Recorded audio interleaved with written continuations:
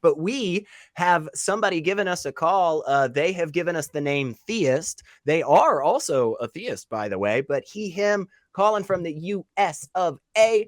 Does living as a religious person lead to a better life than living as a non-theist? Well, Theist, thanks so much for hanging out with us and giving us a call today. I'm going to say no. Jim, what are your thoughts? And then we'll kick it right back to you, caller. Can you define better life? Can you give us some parameters how to make that judgment? That's probably. What do you mean by better? Yeah. What do you think, Theist? Yeah, for sure. Oh, I would say, let's say happier, more contentness. Even I would say more community and more socially connected. Those few things. You can even put wealth a little bit in there, but I wouldn't no. Yeah. So I'll go back to what I said earlier, the 80-year study that Harvard's done on happiness, where they have concluded that the number of connections you have. I think that Christianity in particular and many religions have done a really good job of building communities. And as atheists, we're doing that slowly but surely.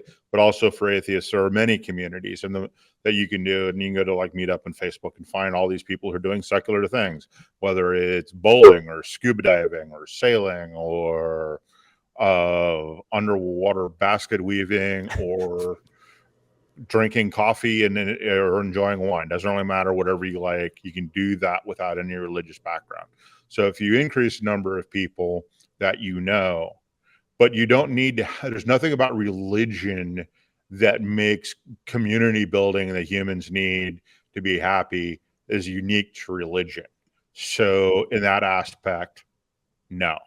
In fact, religion does a better job in many ways of increasing your tribalism in limiting the number of people you have, because as I said earlier, it gives you these rules to make angel food cake when you may actually prefer devil's food or pudding or ice cream shakes. Mm-hmm. So in that aspect, no, I don't think that it does everybody any good unless everybody's going to be the same tribe or the same religion, and that's not going to happen anytime soon. So I don't see anything about being religious that is unique that would make me believe that being religious is better in that respect. Yeah. What do you think on all that, Theist? I have a lot of thoughts. Is it fine if I just kind of ramble for a bit? It's fine with you guys? Sure. Yeah, just go for a minute or two. We'll jump in, I'm sure, in a second. Go ahead.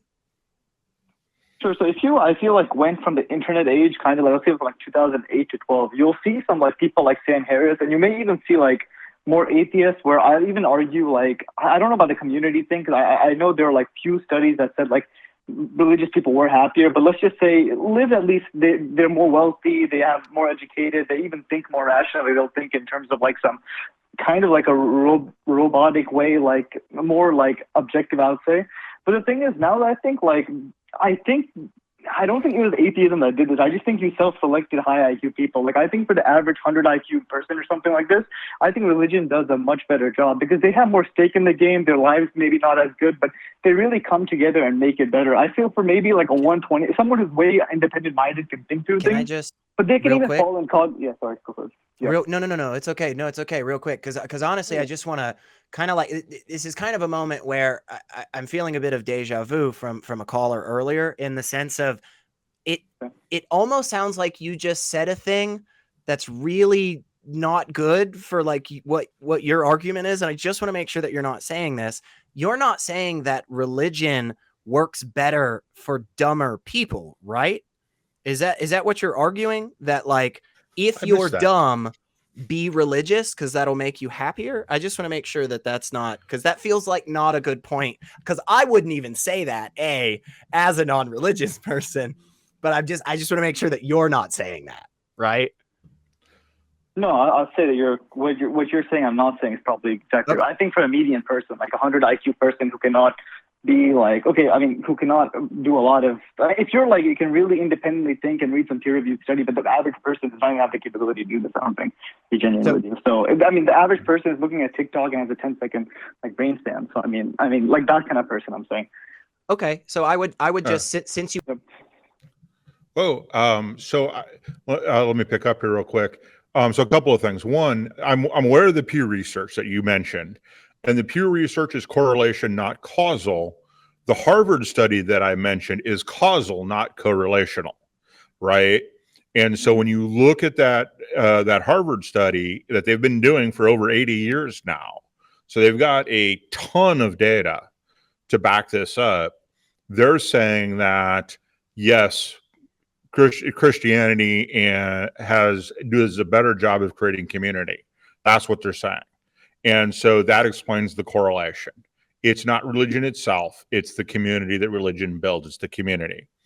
You mentioned Sam Harris and smart and dumb. Well, so the problem that you have is your sample size. Your sample size is people like myself, secular Rarity, and others who are in the limelight to some degree. And I don't consider myself to be in the limelight anywhere near close to what Sam Harris and some other folks are.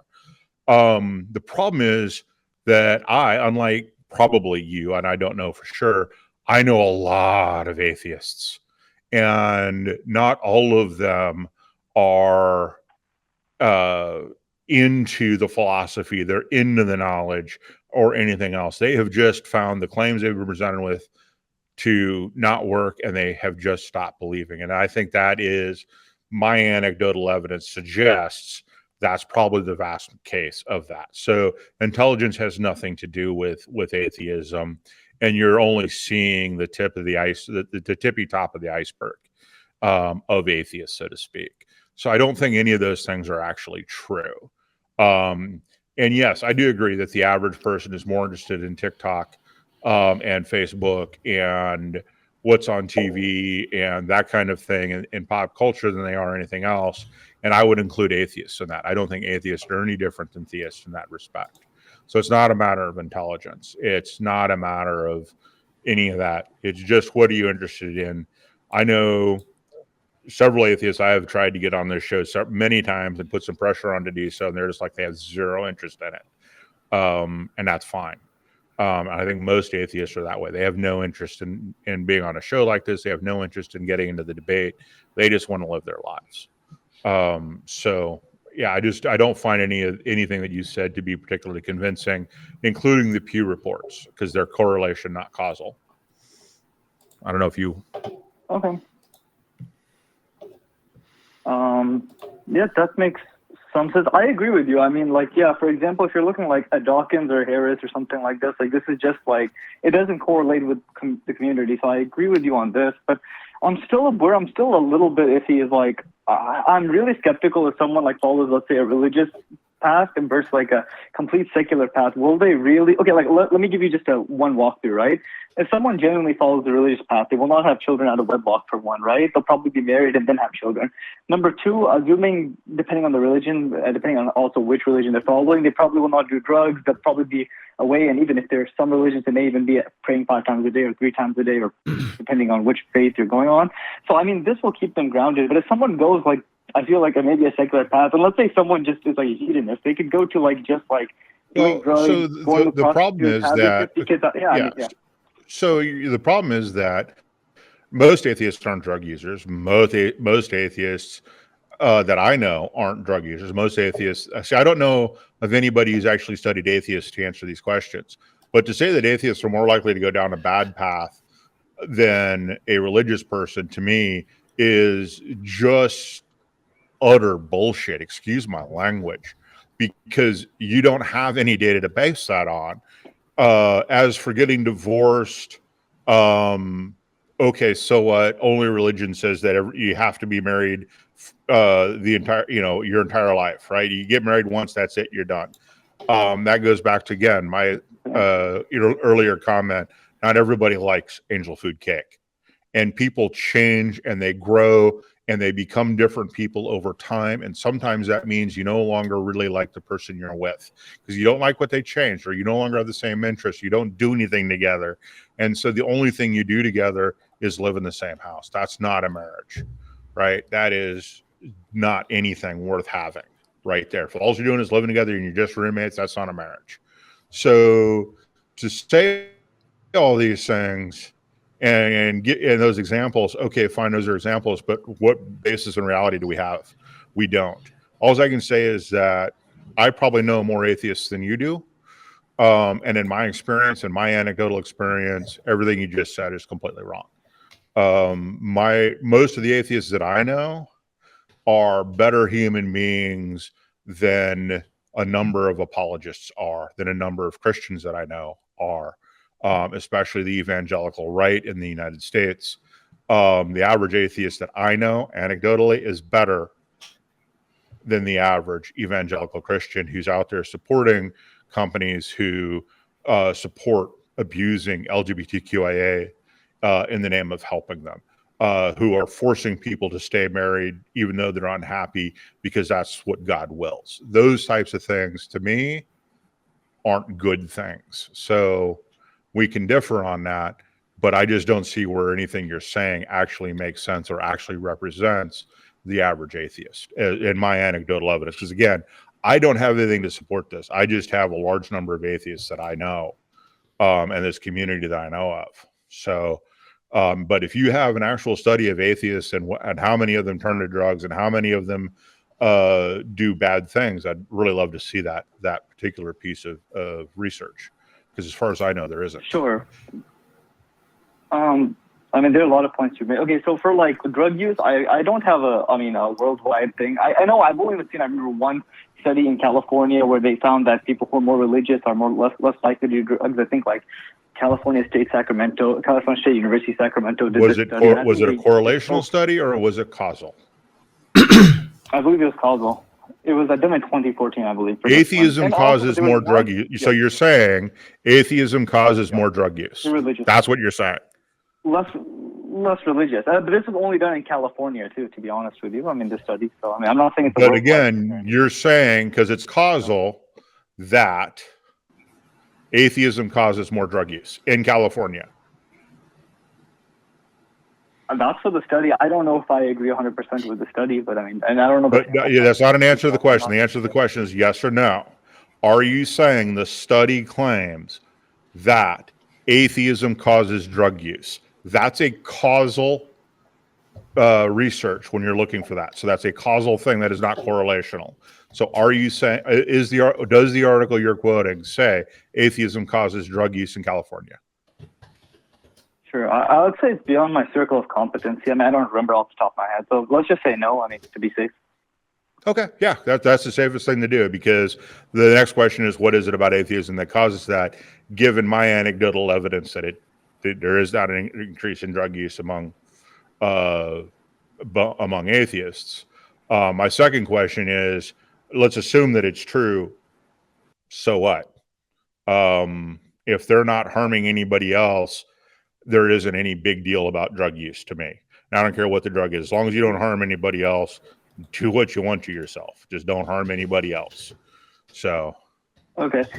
Then I had another question. It kind of like went, how do you define better or worse? Like you were saying evangelicals or other thing. Like let's say an evangelical is against like LGBTQ, right? I mean, they could argue we're better. I mean, for example, in homosexual men, there's certain diseases. That is an excellent question. Far more prevalent. So let's say the evangelical says objectively, I am preventing less like people from getting AIDS or something like this. Correct? So here's the way that I judge things as to better or worse, moral or immoral. If an action increases the overall happiness of the human population, it's good. If an action decreases the overall happiness of the entire human population, then that's bad. So if you're against a small portion, like less than 1% of the human race, because why, I don't know, you're making people happy.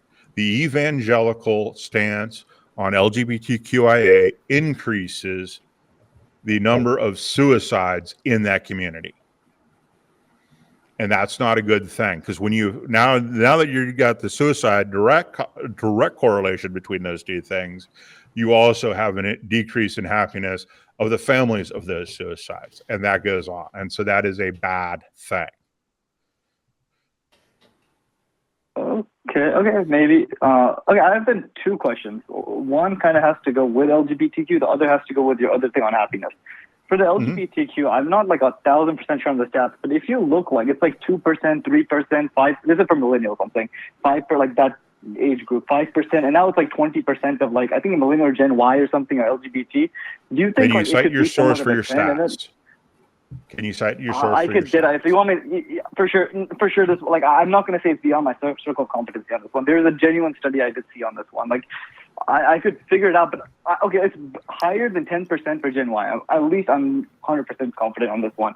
Based on, but it's going up by such a rapid rate. How could that? Is it? Or do you think it could be a trend? And number two, on the happiness, what if you have something like a VR game, like a VR game where people are just in an illusion and they consent to it? I mean, and then 60% just want to be in some VR game that just puts drugs in their veins and puts them happy. I wouldn't consider drug-induced happiness to be happiness. Why? Because it's artificial. It's got to come from you.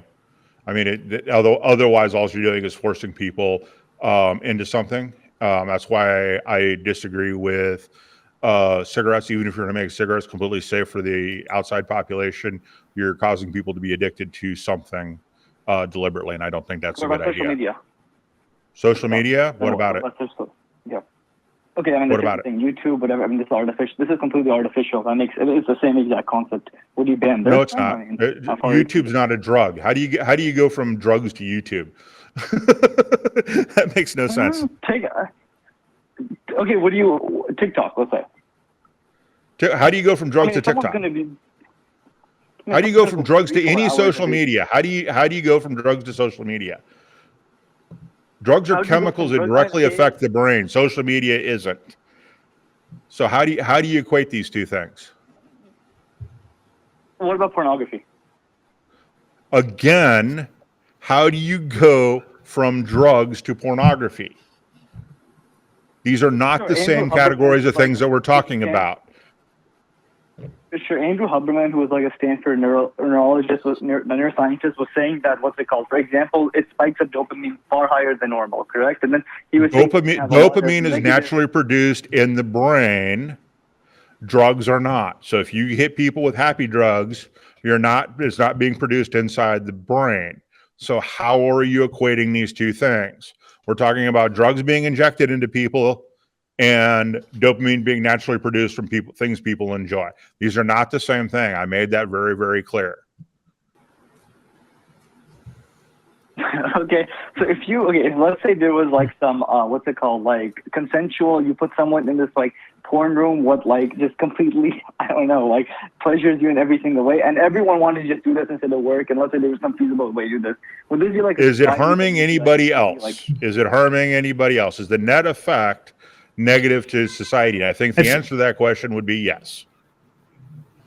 Okay, how is it yes? Tell me. Yeah. Exactly. Finding a harm. I don't understand what you're trying to do here, and I really don't like it when a guest come in and try to cite studies that they don't understand, and they expect the host to just trust their analysis on the studies, and expect them to just live on air go look into the studies and do the research for them. Like, this takes time and effort. And what are we supposed to do? Just to trust their analysis based on what? I mean, the average person that has a very bad understanding of what studies say. So, just dumping your understanding of these studies here live on air and expecting us to just, debunk you. This takes hours and hours of research. And I see Jim is trying to do that live on air with you guys. And I think, I don't know if that's a fair expectation that people have of the hosts here, of the host and the co-host. I think we should, Jim, what do you think? I see that being done constantly on live shows, and I think it needs to be called out as a unfair method, because there's no way for us to live on air check whether or not they had a good to go look at the study, look at the methodology, look at the conclusion. But on average, like, we know that average people come up with the wrong interpretations of the research. So that's what I think. I don't have assume that. Well, I ask for evidence all the time, Armin, and that's kind of why I do it, is because I'm willing to, okay, let's go see what this says. But this is also why I ask questions like, is it a correlational study or is it a causal study? These are differences, right? And correlational studies are great for a whole lot of things. I'm not knocking correlation studies at all. but you can't. Correlation is not causation. If correlation was causation, then ice cream causes an increase in crime. That's not the case. Yep. But in this case, if you're going to come on this show and you're going to try and make claims and then go, well, that's outside my circle of expertise. When I challenge you on something, then yeah, you're not coming loaded for bear. You're not bringing your A game. I bring my A game every time. And I have no notes here. I mean, I could probably just show you what's on my screen right now. Literally what's on my screen right now is on the left side of the screen is Rendezvous, where I see myself and Armin, and we got a little chat there. I've got call in studio. Occasionally I swipe left and I go and I type something in on Google. That's how I've done everything for this entire show. Everything I refuted every caller on has been done live, and I don't have a problem with that.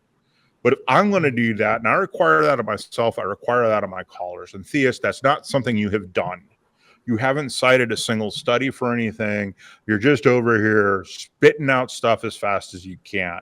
You don't seem to understand the difference between something that is injected into you and something that happens because of something you choose to do. Can people get addicted to things? Yes, they can. Is that good for society? No, it's not. It's really that simple, right? And that's why I phrase the things the way that I did, is so that you understand that it is all of society is made happier or all of society is made unhappier, not the individual, because we're all in this together, right? Every single person on this planet is being affected by that huge Category 5 hurricane that's getting ready to hit the East Coast, whether we want to believe that or not, right? Because that hurricane, that storm gets started near the equator, comes off the coast of Africa, and then starts heading up the Atlantic. And guess what? All the heat in Africa, that gets blown out in the Atlantic, that gets turned into a hurricane. We're all in this together. So it's all of humanity that has to be made better for something to be considered good. Because I'm not tribal. You got anything to reply All right, to we that? do need to take. Oh, we do need to take other calls though. So okay.